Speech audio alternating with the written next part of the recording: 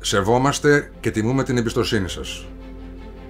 Προτεραιότητά μας είναι η απόλυτη και ειλικρινής ενημέρωσή σας. Δεν μας ενδιαφέρει να αναλάβουμε την υπόθεσή σας. Μας ενδιαφέρει όμως να φανούμε αντάξιοι της δικής σας εμπιστοσύνης. Και μαζί υπογράφουμε ιδιωτικό συμφωνητικό, στο οποίο αποτυπώνεται η συνεργασία μας για να είστε κατοχυρωμένοι. 13 δικηγόροι με 13 διαφορετικές ειδικότητες είναι πάντοτε στη διάθεσή σας να σε εξυπηρετήσουν με βάση την εξειδίκευση που έχουν. Όλο το 24ωρο υπάρχει στη δική σας διάθεση ένα τηλέφωνο άμεσης ανάγκης.